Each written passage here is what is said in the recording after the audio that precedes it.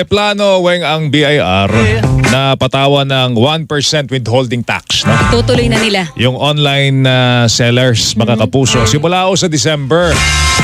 Ito'y gagawin nila sa pamagitan ng isang executive order, no? Yes. Kaya lang, may babala na rito ang isang kongresista, si Congressman, ito, matikas na congressman to dahil siyang chairman ng Ways and Means. Si Congressman Joey Salceda, sabi niya, teka sandali, wala pang batayan, wala pa raw batas na nagpapataw ng ganitong klase ng atas. Kasi meron daw silang tinatrabaho doon sa Kongreso, Weng. Ito yung mas mainam daw, hintayin na lamang daw ng BIR na maisabatas ang House Bill number 4122. Layong magpataw ng 5% value-added tax o VAT sa registered non-resident digital service provider na nag-aalok po ng serbisyo sa gobyerno habang 12% naman sa iba. Alam natin, Weng, revolutionary ang nangyari sa sa social media dahil ang bilis ng technology po diyan at nakita natin kung paano umusbong hindi ang lang negosyo. Dapat ang sakop niyan ay yung mga online, regular na marketplace na digital. Nandyan din yung mga social media kung saan sila nagbebenta ng produkto. Pati yung mga influencers, Yes, na kumikita ng pagkalaki-laki pero hindi naman natin nabubuwisan. So, ang sa akin, ano bang masama kung gawin na ng executive department to? At hindi nahintayin yung batas. Pwede naman kasi na kung naisabatas na, mahaba kasi ang proseso ng pagsasabatas. Mahaba ang proseso niyan. Tsaka, Weng, ang prinsipyo ng pagbubuwis, di ba sinasabi nga nila, dalawa lang bagay hindi mo matatakasan. Yes. Ang ikaw ay buwisan at ikaw ay mamatay. So, palagay ko dapat... May nakakatakas sa pagbubuwis. Meron. Ang dami. Dapat hindi sila nakakatakas. No? Pero sinasabi natin, pagka ikaw ay kumikita, dapat nagbabayad ka ng buwis. Naman. Obligasyon po yun sa gobyerno. Tuloy nyo po. Tuloy ng BIR po itong balak nila. At ang maganda lang sana rito, kung itutuloy ang balak, buwisan ng lahat. Lahat ng kumikita. No? At hindi lang po sa iilan lamang. No? Iwasan yung double taxation. Bawal po yun sa batas. Pero yung hindi nagbabayad at tax evader, kasuhan nyo. Well, totally hindi sila nakapagbayad ng buwis. Ang online. Yes. Diba? Ang laki-laki ng kinikita nila linawin lang natin, Jo. Sa plano ng BIR, yung kumikita lang ng 200,000 pataas sa online business ang kanila pong papatawan ng buwis. 1%. Yes. Withholding so hindi tax. pwedeng sabihin na, ay maliliit dyan lang kumikita Naman. Ayun po hindi naman sakop nun. Siya po si Rowena Salvacion. Sa po si Joel Rezubel. Hanggang alas 9 po kami ni Wengay magkakauntahan tayo sa Himpapawid Palatuntunang. Sa Double B! Meron po tayong special na panauhin ngayong araw na ito, mga kapuso. Special dahil siya ang kauna-unahan, Weng, na panauhin natin live after? dito sa studio after 200 years. Hindi naman yun. After 2 years na tayo po ay hindi muna tumanggap na mga bisita. Live studio guest dito po sa ating dahil because of the pandemic, mga kapuso. Pero ngayon, special ang ating kausap. Special siya, mga kapuso, dahil siya ang kauna-unahan na makakasama ho natin after 2 years. No? Mga kapuso, may ano rin to merong very timely ang kanyang pagpunta rito dahil ang daming usong-uso ang hacking ngayon. Usong-uso ang hacking, mga kapuso. Parang iba't ibang tanggapan ng gobyerno na ang ating binabanggit, walang iba kundi si Undersecretary Jeffrey Ian D., ang USEC for Connectivity, Cybersecurity and Upskilling ng DICT. USEC na silayan namin ng gandang lalaki mo sa personal. Oo. Kamusta ka na? Magandang umaga, sir. Pindutin mo sa yung puti. Ayan. Nakakalimot si sir. Good morning. Magandang umaga ka, Joel, at saka Weng. Thank you, sir. Thank you for malapit lang naman ang opisina nyo rito. Opo, napakalapit lang. Sa may CP Garcia, tama? Sa may UP, yes. Isang kembot lang. Isang kembot lang. Marunong kumembot si sir. May bago ngayon yung issue tungkol doon sa website ng WHO. Alam ko this is beyond our control dahil ano ba to? Pandaigdigang system ng WHO. Ano ang alam ninyo doon sa pagkakahack ng ating mga data dito sa website ng WHO, USEC? Salamat sa tanong mo ka, Joel, tsaka Ma'am Weng.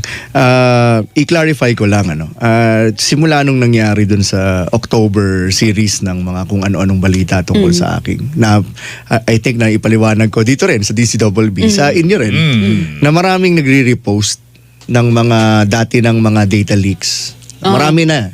Ang nangyari dito sa WHO, to be honest, 3 beses na kami nagmi-meeting. Pangatlo yung ngayon. As we Today. speak, nagmi-meeting yung team ko with WHO at saka Department of Health. Hanggang ngayon, hindi pa na-confirm kung yung nangyari sa WHO is recent. Ang nangyari kasi dyan, merong isang tao na nag-post sa isang website, ang pangalan ng website Garuda. Garuda. Security researchers yan eh. Nag-post sila na sinasabi nila, si WHO daw may na-leak na data na galing India at saka Pilipinas. Okay. Pero nung tiningnan namin yung mga files namin of data leaks, nangyari ito June eh. June last year. This year. Alright. Okay. Oo. Alright. So parang ano siya, it's again it's a rehash of what was already, but I'm not saying hindi siya. What I'm trying to say is wala pa kaming findings kung Kung bago or paano luma. napasok, sino ang perpetrators, wala pa kasi it seems like ang na-monitor namin is that it is a rehash of a already leaked database. Pero Ano yung leak kinumpir- data? Oh, yeah. Ano yung leak data? Ang sabi nila, isa pa yan, no? Hindi namin kasi binebenta yan eh. So, hindi naman namin mabili. Oo. Pero batay dun sa kanilang example dataset, no? May mga nakikita kaming mga pangalan ng tao, pero wala namang Pinoy eh. Mas marami pa yata Ay, yung sa mga ibang Indians. bansa. Oo. Okay. At may mga email addresses. Oh. May mga sum numbers kaya makikita mo kung India plus 91 etc. At saka may may mga vaccination, hindi siya date no, pero parang mga certain vaccination details. Oh. no? Pero ang WHO kinumpirma na sila merong ang leak na information galing sa kanila at yung sinasabi doon sa Garuda. Tama ba? Yes, So confirm na nung June pa nangyari ito, ni-rehash lang, pero there was data leak. there was data leak. Okay, Uh, alright. ang hindi ko kayang i-assure is this current data leak that was shown is the same as the one posted last June. Yun yung pinag-uusapan namin currently kasi pagpasensyahan nyo na rin, syempre yung gobyerno, nakatutok kami sa government agencies. WHO is a Yes. United Nations. Ano yan. May dahilan ba para maging praning kami dito? 'Di ba? Kasi kung parang parami ng parami, kung pati yung data natin, halimbawa kung WHO yung na-hack or nakapag-leak ng data natin, na damay ang Pilipinas, may dahilan ba para maging matakot kami, Yusek? Yung takot, hindi siguro matakot kung hindi maging mas maingat. Oo. Yun yung mas importante. No? Napapansin natin na just this recent weeks, maraming nahack na mga malalaki rin ang budget sa cybersecurity. Ang pinakasikat ngang nahack just recent weeks ay Boeing na gumagawa ng satellite. Okay. Wow. Hindi rin sila nagbayad. Kaya Talaga? na-post din yung data nila. Grabe. Na-ransomware din sila. So Boeing, another victim of another international incident is ICBC, no? Which is an international bank. This seems to be a recurring theme sa buong mundo at syempre hindi exempted ang Pilipinas. Mukhang daring ang nagiging ang ginagawang mga hacking ngayon na Yusek. Palaki ng palaki organisasyon. Ano ba panabla natin sa kanila? Pero bago sagutin ni Yan. Undersecretary Jeffrey Ian Oy, Dian. kasama ka dito, Sero. Year-end bonus at cash Ayan, gift para sa mga kawani ng gobyerno. Yan, Sisimula ng ilabas ngayong araw. Flash report mula kay Tuesday New. Kasi, Super Radio DZWB Last Report. ulitin natin yan, hindi masyadong marinig eh. Year-end bonus at cash gift para sa mga kawani ng gobyerno. Sisimulan ng ilabas ngayong araw na ito. Good news! Tuesday New. Pasok! Good news para sa mga misis na mga nasa gobyerno. Yusek, good news. Pakinggan Wala. Misis ni Yusek. Ini-anunsyo ngayon ng Department of Budget and Management na simula sa araw na ito, November 15, 2023, ay ipinalabas na ang year-end bonus at cash gift para sa mga kwalipikadong kawani ng pamahalaan. Sinabi ni Budget Secretary Amina Pangandaman, ang year-end bonus ay katumbas ng isang buwang sweldo. habang ang cash gift ay 5,000 piso. Wow. Ayon kay Pangandaman, makatatanggap ng year-end bonus at cash gift ang mga kawani ng pamahalaan na nagsilbi ng at least 4 na buwan mula Enero 1 hanggang October 31 ng kasalukuyang taon at nanatili pa rin sa serbisyo hanggang nitong October 31. Kabuuang 69.4 billion pesos ang pondo na ipinalabas ng gobyerno para rito. Sa halagang ito, sinabi ni Pangandaman na 45.3 billion pesos ang inilaan para sa civilian personnel sa national government agencies at 15.2 bilyong piso para sa military o uniform personnel. 8.9 bilyong piso naman ang alokasyon para sa cash gift ng mahigit 1.7 milyon na civilian at military at uniform personnel. Ako si Tuesday Saguniu ng GMA Super Radio DZWB. Dapat totoo. Yan mga kapuso. Taxi sa Double B!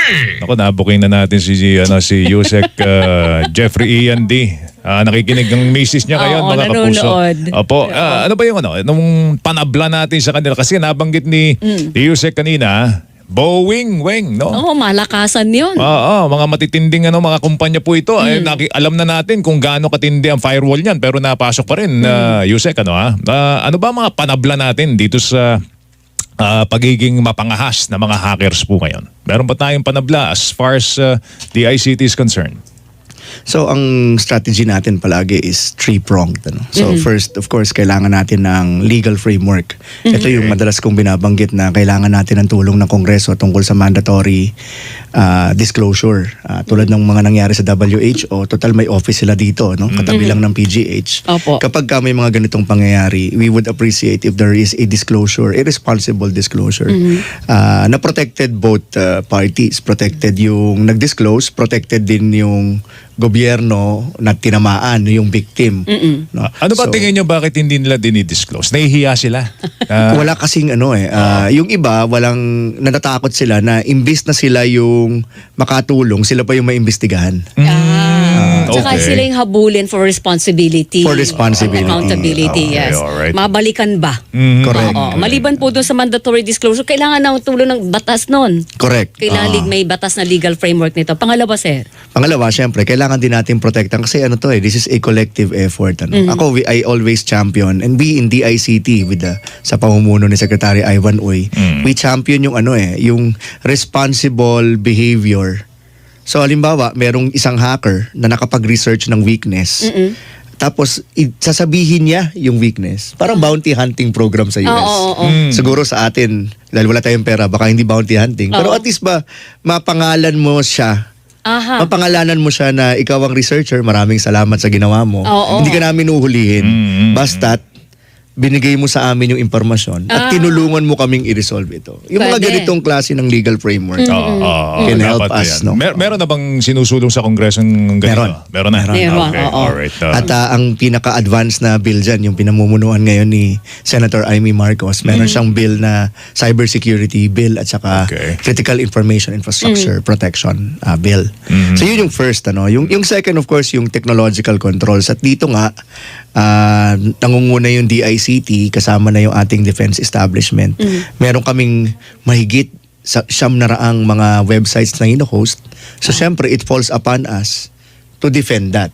We have tens of thousands of mailboxes of government employees na kami rin na nagmamanage. So we have to defend that. No? Maybe it's now time to, actually hindi maybe, ginagawa na namin ngayon. It's now time na pag-isipan natin na hindi lang serbisyo yung binibigay, kung hindi secure na serbisyo. Hindi lang yung porke, kasi minsan gagawa tayo ng website tapos gusto natin madaliin. Dapat secure din dapat yung ginagawa natin. Ako naman, kaya ko namang sabihin na dun sa mga na-host natin sa DICT, mataas naman yung ating security defense incidents. No, we receive like hundreds of thousands of attempts dun sa mga na-host namin. Nadidepensahan natin. Siyempre, may mga nakakalusot every once in a while, pero Kung porsyento nadidepensahan, pag-uusapan, no? doon sa hundreds of thousand attempts na yon, ilan doon na nakakalusot? Nabanggit ko na rito sa inyo, no? Less than 5? Mga 5%. Less than 5%. At yung mga nakakalusot, hindi rin ngayon malalaking Oo. malalaking Maliban doon sa Medusa. Yung sobrang pinakamalaki. Yung sa PhilHealth. Pero hindi yun kasi hosted sa amin. Oo, hindi hosted sa inyo. Hindi. Kaya nga yung balita na yun, di ba, wala silang Yes. nag-expire yung kanilang mga defense mechanisms, no? Kaya. Nabanggit nyo ba, Yusek, dun sa mga paraan na ginagawa ninyo para maabata natin itong mga hacking na ito, yung pagkuha ng mga magagaling na tao with special skill sets, no? Gagaya ng mga lalaban po sa mga hacking. Dapat daw Yeah. hacker din eh. Diba? Yan yung third. Ayun yung third. Di ba, sabi ko, three pillars. So, Ano ba yan? legal framework, technological control, at third, people. People. People. Alam nyo, meron kaming binibigay na libreng training at libreng certification sa government officials. Talaga? Meron, para sa CISSP, Certified in Information Security Systems Professional. So magiging pag-certified hacker ka, taga-gobyerno ka. At may in-sponsor tayo sa Thailand, Ganon. na mga estudyante. Okay. Ang national champion natin galing sa Ateneo de Davao. Wow. Pumunta sila sa ASEAN. Good try, no? Second attempt natin, they're 6th out of 11 sa ranking.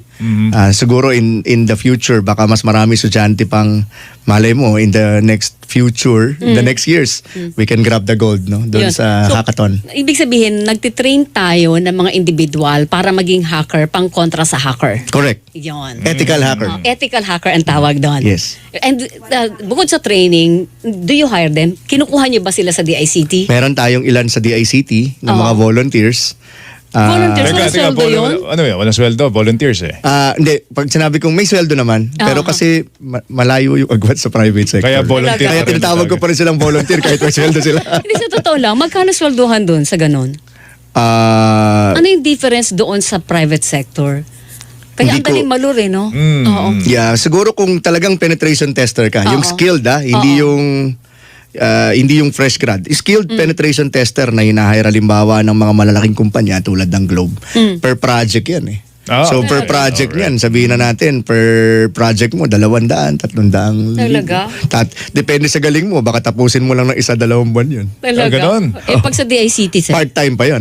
Part-time. Galing, Tapos kikita ka ng 300,000 Skill sa kasi. isang proyekto. Oo. Ang tindi, Skill no? kasi, kaya napaka-special ng... Alam mo, Weng, ang mga Great. kung susumahin mo, marami ako nababalita ang mga magagaling nasa Silicon Valley. Oo nga. Puro mga Pilipino. Talaga? Oo, dito gumraduate, talagang matitika sa mga hacker natin dito. Kaya hindi nakukuha, hindi wala lang tayong pera pambayad sa kanila eh. Totoo. Mas malaki offer sa labas Oo. eh, no? Isa-isahin lang natin. Tapos na yung problema sa PhilHealth. Well, tapos from an incident standpoint. Ibig sabihin, as far as we're concerned, it's closed. Pero syempre, patuloy yung pag-insure natin na they are continuously secure. Iyon. Parang Ibig ganun. sabihin, nakapaglagay na sila, nakapag-renew na ng kanilang security para sa kanilang Yes. site. Yes. Okay. PSA. PSA, the suspect is on the run. On But the we continuous coordinating with the National Bureau of Investigation. Again, I do not want to give more information. Yes. Kasi, Local ito sa PSA? Yes, local Local. Kaya pwede nating hantingin. Yes, correct. Yung Medusa, doon In sa fact, PhilHealth, hindi. Yung sa Medusa, we are coordinating with other governments, including the United States. International nga kasi. Kasi international Okay. sila. Sa PNP, tapos na po yun? Yung sa PNP, magkakasama yan. Single suspect yung PNP, DOST, PSA. Okay. Oo, isa lang Single yun. group. Mhm. Okay. Matikas Matikas siya, ba ang batas laban sa mga ganito, sa mga taong ganito? May ano bang kakaharapin nilang reklamo? Oo, yun. Siguro Yung multa paano? So magandang usapan yan. Meron tayong cybercrime law 2012 para siyang one notch higher sa isang regular na crime galing sa iyong yung nasa regular na crime, no? Traditional. Yung traditional na crime. So marang one rank higher siya. Okay. O halimbawa, nagnakaw ka, ang parusa halimbawa lang sa iyo ay 1 taong kulong. Pag ikaw ay nagnakaw via online, one rank higher. One rank higher. Kita mo yun. So magiging, pwedeng 2 taon, 10 taon, 5 taon, gano'n. Pero ito yung siguro yun yung maganda sa atin. In fact, we're one of the first in the ASEAN to have that kind of law. 2012 pa lang, we recognize cybercrime. Ang dapat na improvement natin is that ang hirap kasing kumuha ng court, what do you call that? Court order? Warrant of arrest. Warrant of arrest. Kasi para makakuha ka ng ebidensya, dapat nakuha mo yung computer niya. Yes, oo. Ayun. Oo. Siyempre kasama niya Kasama yun. niya yun On sa the run. pagtakas no? Oo, di ba? Oo, kasama sa pagtakas. Ay, so, isa sa mga, baka ito, kinakailangang, baguhin ang batas. Hindi kaya? Kung ganun, kamo. Yes. Di ba? Mahirap makakuha ng warrant of arrest na isa sa mga prosesong dapat daanan bago ka maka-aresto ng tao. Correct. Oo, kasi yung IP address, yung tinatawag nating online evidences, hindi yan sapat kasi alam naman natin na itatago yan at nawawala. Nababago nila yan. Ang talagang strong evidence nandun sa kanyang computer. Kung yun man yung computer na ginamit niya pang-hack. Kung wala yon, Wala. malabong ma-resolve ang isang hacking incident. Isa rin yan sa dahilan kung ba't kakaunti rin yung napapakulong. Medyo Technical at komplikado pala, Yusek. correct. Plus, kakaunti din yung judges that appreciate that kind of evidence. O baka din may batas tayo, malakas ang batas natin, pero yung kasanayan ng mga judges natin doon sa ganung klaseng aspetong technical ay kulang pa. Isa rin yan. Oo. So kailangan ba magkaroon ng special court dealing with digital crime or cybercrime? Actually, meron. So magandang tanong din yan sa judiciary. Meron. Yun nga lang hindi sa tulad ng family court na parang yun lang ang ginagawa nila. Yes. It's a special court, yes. But the judge assigned to the special court Naghahandle handles din- other cases as well. Tsaka alam mo, isa pa Tapos sa limited mga... sila, konti lang sila. Konti lang sila. Isa pa sa mga dapat tignan ng mga bagong abogado ngayon, yung maging specialty lawyer ka sa mga ganitong klase ng krimen. Kasi ito yung bagong eto umuusbong na Yan na yun Yes. Yan na tayo papunta. Kasi So, kailan marami sa kanila kasi gusto maging corporate lawyer. well, mababa Diba? ang bayad doon. Hindi. Mababa, di ba? Doon nga yata mas solid ang ang income. Hindi, sa totoo lang, ang solid na income pagka abogado ka sa gobyerno. Naman. Dahil mas malaki ang bayad sa pagsisilbi sa ombudsman, sa public attorney's office. Malaki bayad kumpara mo kung ikaw ay first timer sa corporate law. Oo naman. Kaya marami ang nagkakandarapa na pumasok sa gobyerno. Bumabi ng taon. Kung abogado ka. Oo, Pero diba? kakaunti lang abogado sa atin. 82,000 lang yata abogado sa buong bansa. 110 million na tayo. So, ang konti ng natin, kakaunti ang ng abogado. ratio natin ang pangit. kaya nga. So, siguro magandang mapag-usapan natin ano epekto nito, Yusek? Yung mga nakuhanan po ng personal information. Yun. Ano ba mga dapat nilang ingatan? Yung mga sinatawag na nasa dark web na raw, Yusek. Oo, kasi nakaprenda na raw doon, di ba? Yusek, sinasanla na ron At napapakinabangan na sa dark web. Ano ang pwede nating payo sa ating mga kababayan na maaaring yung kanilang information ay nandun na? Oo. So, mahirap magbigay ng payo kasi iba-iba tayo ng socio-economic Yes. status. Sa mga kayang gumastos ng mga 1,000, 2,000 kada buwan sa isang subscription, meron kayong mabibiling mga subscription, ayoko nang i-promote, pero may Yes. makikita kayong legitimate na ini-scan niya yung email mo at saka pangalan mo, tulad ng ginagawa din namin. At sasabihin niya sa'yo, oh, siya nga pala, kasama ka sa ganitong data leak. Baguhin mo yung website, baguhin mo yung password mo sa website na to. Okay. Oh, sobrang tama kayo, no? 1,000 per month yun, ang subscription doon? Oo, mga 1,200. May ganun ako eh. The reason for that is because prevalent na nga yung ganito sa buong mundo. Halimbawa, may kababayan tayo, naglalaro ng PlayStation. Ang Sony, parang 4 o 5 beses nang nahack. Pati yung mga airline companies, I'm sure, sumasakay kayo ng aeroplano. Yung ibang mga airline companies, ilang beses na Naku, may data ka dyan kung, Naman. di ba, kung pasahero Pati ka. passport. Oo, pati passport mo na Lahat. madadali dyan. May Okay. picture mo pa. So ako, iniscan yung email ko. Hindi kasi ako nagbabago ng email mula nung high school. Iniscan Mahigit 100 Talaga? ang leak associated to that email. Oh my. Siyempre, nung bata pa ako, naglalaro din ako, gamer din ako, kung ano-anong website. So, Nakita doon. nakita doon. Sa mga kayang magbayad yon, no? Yung hindi. Sa mga hindi, sa mga kababayan natin na, siyempre, kailangan mo mag-ingat. Siguro maganda nang maging, ano tawag mo doon, every year, pa-New Year mo sa sarili mo, magbago ka ng password, Yun lang i-assume mo na. Oo. Kasi kapag yung email mo nagamit mo sa isang, alam niyo, mahilig kasi mga Pinoy dun sa, kahit ako yung mga libre. Sa libreng halimbawa, report. punta ka sa mall. Mag-research ako, Yes. di ba? Pahinga libreng report dito. Oo. Na-download akong libre report. Mas ano yon, mas Tama. open sa viruses yon, yung mga free. Oo. Talaga. Yung mga AI ngayon na pwede mo na i-download tapos pagka meron kang sorry letter kay boss pagawa mo sa AI. Diba? Ibalita ko na rin sa inyo, si Sige nga, ano ba OpenAI ay naging biktima din Kaya siya nag-down for 2 days. Oh my. About mga na-monitor din namin yan, about mga 2 weeks ago. OpenAI. Siya yung gumawa ng ChatGPT. Yes, downloadable Yung yan napakatalino dito. ng chat GPT Oo na yun. naman. Lahat ng Lahat pwede hingin gawin mo nun. doon, pwede niya ibigay sa'yo. Pag- Pakigawa ako ng thesis on climate change. Tsaka pagagandahin ka niya, Ibigay- Weng. Ang picture mo, pagagandahin niya. Pababa, wala kang wrinkles. Eto, yung mga tao na mahilig sa social media. Facebook, Twitter, Instagram, X na pala ngayon yung Twitter, Instagram, meron pang iba-iba pa. May, kahit sa Viber at saka yung Telegram, yung mga ganon, WhatsApp. Paano ang protection namin doon? Okay. Protected ba kami pag gumamit kayo ng mga ganong social media? Oo. Hindi. Ato, sa mga mahilig gumamit ng social media tulad natin, I think makikita mo sa paggamit pa ng social media, makikita mo yung edad dyan. Oo. Pag medyo kaedad natin, Facebook. Pag mga anak natin, Instagram na kasi sila. Meron pong mga settings yan. Yes. Hanapin po ninyo yung settings na sinasabi, hindi niya kukunin, halimbawa yung mga photos ninyo, hindi niya kukunin yung lugar kung nasaan yung photo. Mhm. Isa yan. Okay.